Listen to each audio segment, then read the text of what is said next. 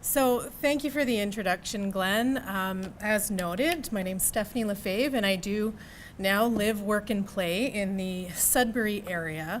And I've been given the opportunity to provide an overview of social determinants of health. And coming from some experience in Waterloo region, looking at some of the partners that I've worked with very closely in Waterloo region, one thing I know is that your community already gets this. You know about the social determinants of health. You know a great deal inherently or explicitly about the factors that contribute to health and well-being. But still, I think this is an opportunity to set the stage for the discussions that are to come in the day. And the social determinants of health is a really good way to do that. So to jump the gun to one of the questions you'll be asking yourself later this afternoon, I'm going to ask you all to do it right now, very quickly. From your own perspectives, based on the work that you do every day in your own area of expertise or influence, what would you, in your head, think to be some of the things that keep you up at night? What are the issues that are most concerning to you as a provider? More importantly, to the people that you work with, that you serve and support every day? If you were to come up with just a few of those right now, do you all have a pretty good sense of what some of those are? Yeah, okay. Some of you have probably thought of very explicit health kind of outcomes. You might, if you're working within healthcare or health promotion fields, maybe it's rising diabetes rates, maybe it's use of emergency department services, could be any number of explicit health outcomes. What I would argue, and I think all of us know this, is that the social determinants of health are the social determinants of all of these other outcomes, and more. Whether we are talking about crime, whether we are talking about success in school, whether we are talking about food security, any one of these things and more, probably what you have thought of in your head has some underlying root foundation in social, economic conditions and the factors that influence our health and well-being. So with that challenge, I would also say, to go along with the afternoon's theme, really, I don't like to talk about the social determinants of health at all.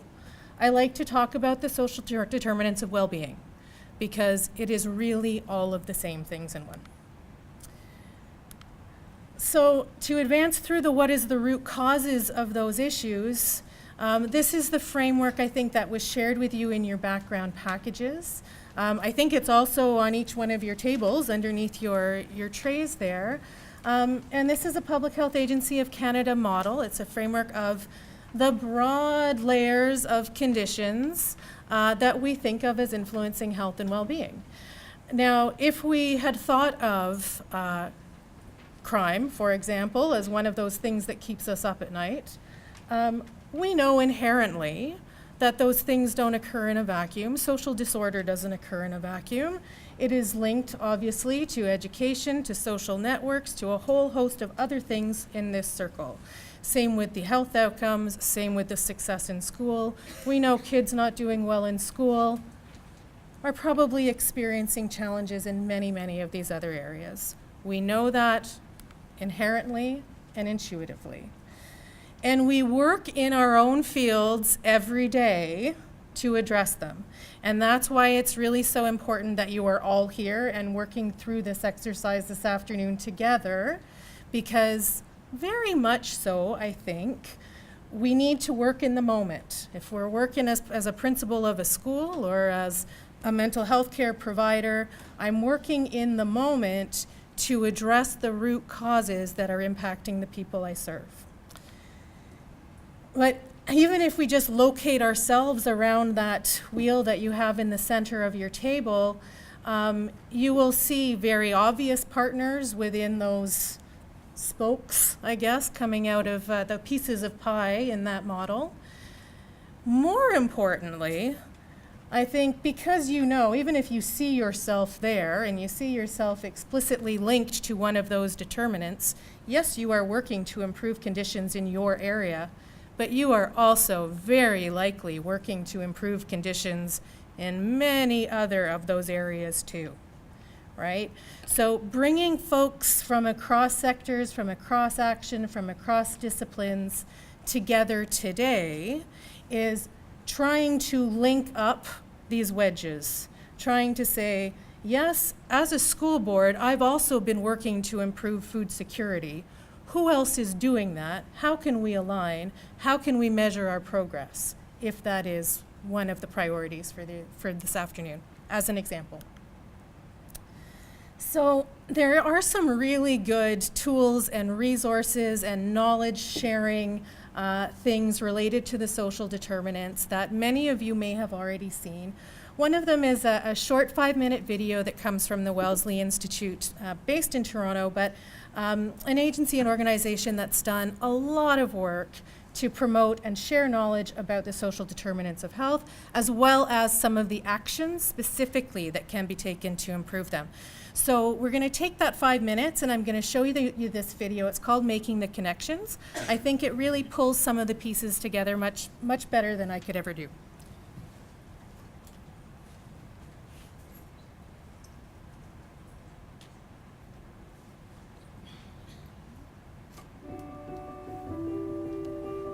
Okay.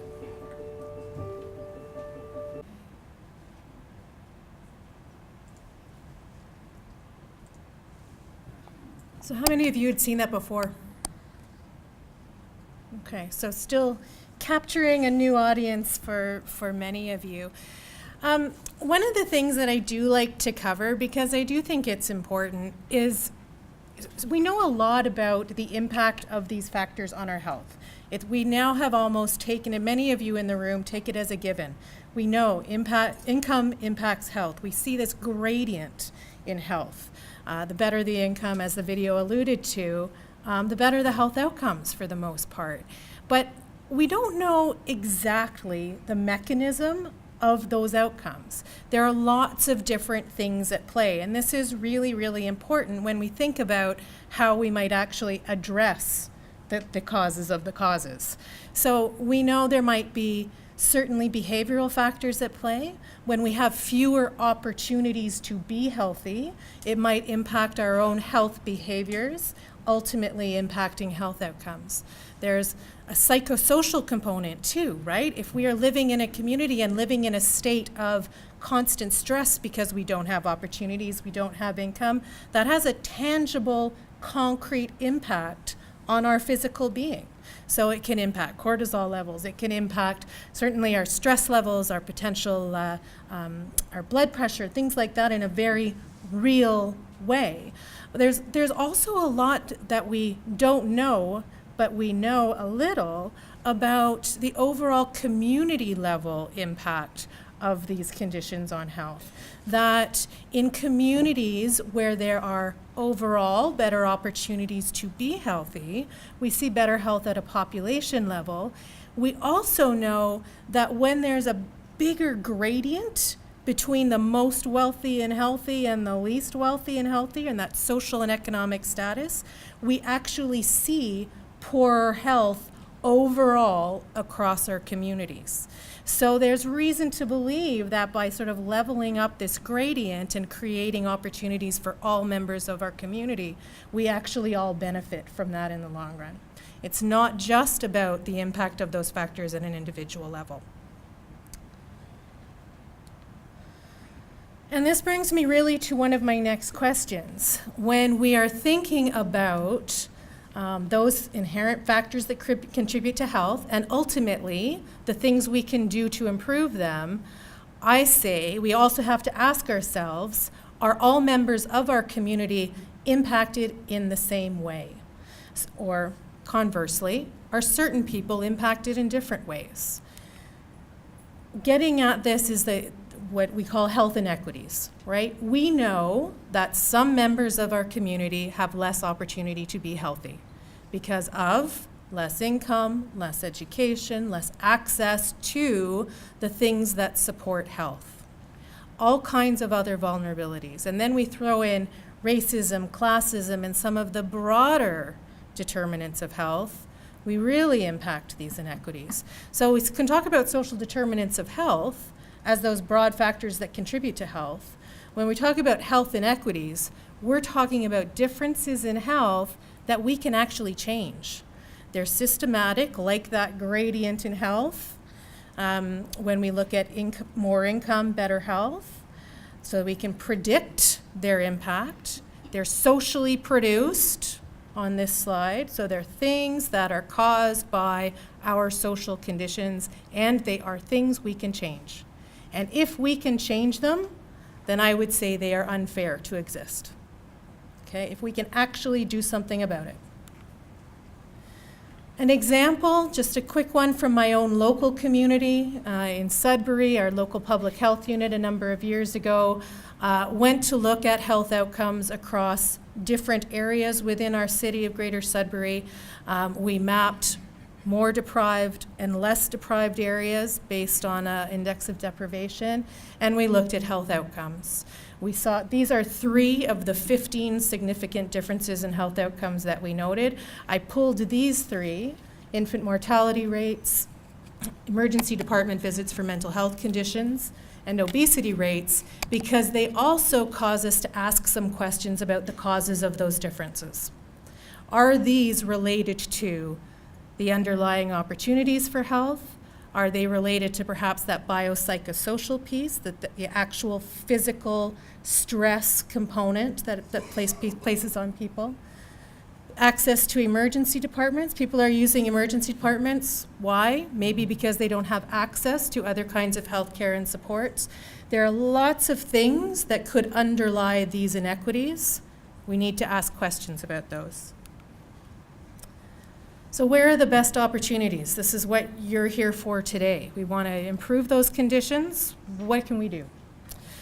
There are lots of different frameworks for thinking about action related to the social determinants of health. These are just 2 that I've pulled out. One of them is called the Dahlgren-Whitehead Rainbow Model.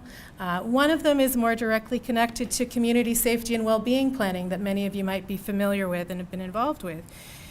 It really just breaks down some very specific areas, I say areas of action. So if we look at the rainbow model, if you're going to improve conditions, I would say you want to be working at all of those levels of the rainbow. You want to be looking at things that improve lifestyles. You want to be looking at supports that improve people's social networks and their meaningful contribution they can make to their communities. Moving up to the living and working and playing conditions that they're in every day, that they're alive and contributing to your community. And lastly, those broad or general conditions, some that I spoke to earlier, classism, sexism, racism. How are those things in your community contributing to people's opportunity to be healthy? Action in any one of them, I would say, is not enough. And I think one of the benefits of this is that you have all of you work at different levels of action and in different environments, and you can make contributions in different areas of this rainbow, for example. So what's your role? This slide simply pulls out a few more tangible existing examples of where action might come from, or where inspiration for action might come from. A couple that I will highlight because Mike, you did already. Down at the bottom, integrated data management systems, right? How we measure and monitor our progress in these areas is so important. But what's really difficult is figuring out what to measure in the first place. What is that thing that's going to tell us most about our community well-being and the opportunities and conditions that support health? And that is, I think, a really collaborative effort. It needs to be collaborative.